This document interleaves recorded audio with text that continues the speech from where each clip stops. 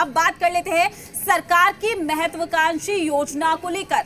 नल जल योजना में अब जिसने भी गड़बड़ी की होगी अब उसकी खैर नहीं होगी, क्योंकि उन लोगों पर अब सख्ती के साथ कार्रवाई की जाएगी। लगातार जो गड़बड़ी का मामला है वो निकलकर सामने आ रहा था और इसको लेकर अब सरकार ने नल जल योजना में गड़बड़ी करने वाले मुखियाओं और अधिकारियों पर कार्रवाई करने का फैसला किया है। इस दौरान आरोपियों से सरकार पूरी रकम भी वसूलेगी और साथ ही पटना प्रमंडल के कुल 158 मुखिया पर तो कार्रवाई होगी ही, साथ ही 78 पंचायत प्रतिनिधि और 35 अधिकारी कर्मचारी पर भी कार्रवाई होगी।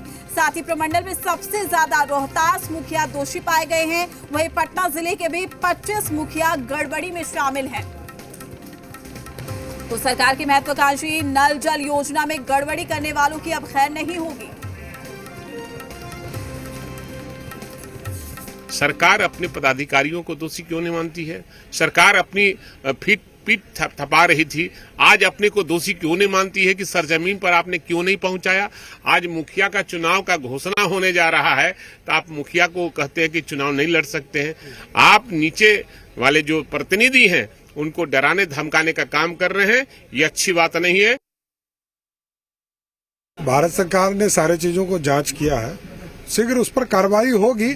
ठीक है, अभी तो भारत सरकार के द्वारा उसमें बताया गया है कि उसको खारिज कर दिया गया, लेकिन जिस पर भी गड़बड़ी का मामला आएगा उस पर कार्रवाई होगी।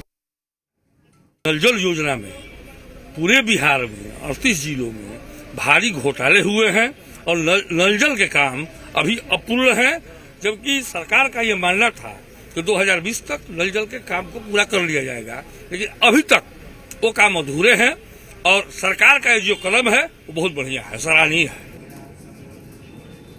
तो अब जिसने भी गड़बड़ी की होगी उस पर सख्त कार्रवाई की जाएगी। तमाम जानकारी के साथ हमारे संवाददाता आशुतोष हमारे साथ जुड़ चुके हैं। आशुतोष, अब सरकार की महत्वाकांक्षी योजना का अगर हम जिक्र करें, लगातार गड़बड़ी की जो खबर है वो सामने आ रही थी नल जल योजना के तहत। अब जिसने गड़बड़ी की होगी उस पर सख्ती के साथ कार्रवाई की जाएगी, क्या कुछ जानकारी आपके पास? देखिए, जरूर अगर पटना प्रमंडल की बात करें तो केवल पटना प्रमंडल में ही 158 ऐसे मुखिया हैं जो इस गड़बड़ी के दोषी पाए गए हैं जब विभाग ने पूरे मामले की जांच की तब।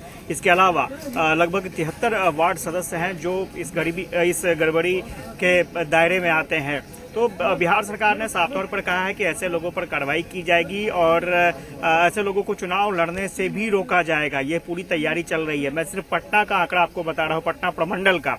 और इसमें खुद पंचायती राज विभाग के मंत्री सम्राट चौधरी ने कहा है कि जिसने भी गड़बड़ी की है उसे कतई छोड़ा नहीं जाएगा, उस पर कार्रवाई की जाएगी।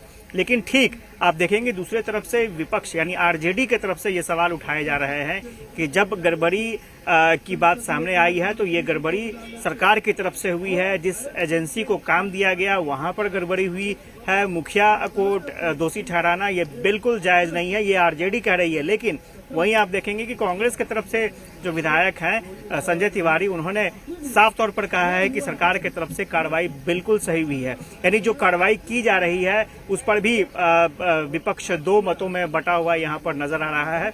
एक तो स्पष्ट बात है कि बहुत महत्वाकांक्षी योजना थी हर घर नल का जल मुख्यमंत्री नीतीश कुमार की, और नीतीश कुमार ने पहले भी कह दिया था कि अगर इस योजना में कोई भी कहीं भी किसी स्तर पर गड़बड़ी करेगा तो उसे नहीं बख्शा जाएगा। और खासतौर से आप देखेंगे कि अभी पंचायती राज के व्यवस्था में चुनाव की बात सामने आ रही है, चुनाव होने हैं और ऐसे में किसी मुखिया को रोका जाता है या फिर वार्ड सदस्य को चुनाव लड़ने से रोका जाता है, उस पर कार्रवाई की जाती है। जो गड़बड़ी के कारण जो पैसे बर्बाद हुए हैं उसकी वसूली की जाती है। तो स्वाभाविक तौर पर ये पूरा मुद्दा जो है वो बहस का हो जाता है और विपक्ष इसी खासतौर से आरजेडी की बात करें तो आरजेडी इसी मुद्दे को भुनाने की कोशिश कर रही है और सरकार पर हमला बोल रही है। जी बिल्कुल आशुतोष, देखिए मुद्दे को भुनाने की कोशिश की जा रही है, लेकिन रोहतास में सबसे ज्यादा जो मुखिया है वो दोषी पाए गए हैं। साथ ही एक बात का आप जिक्र कर रहे थे कि ये नेटवर्क जो है काफी लंबा हो सकता है, चूंकि सिर्फ मुखिया ही दोषी नहीं है।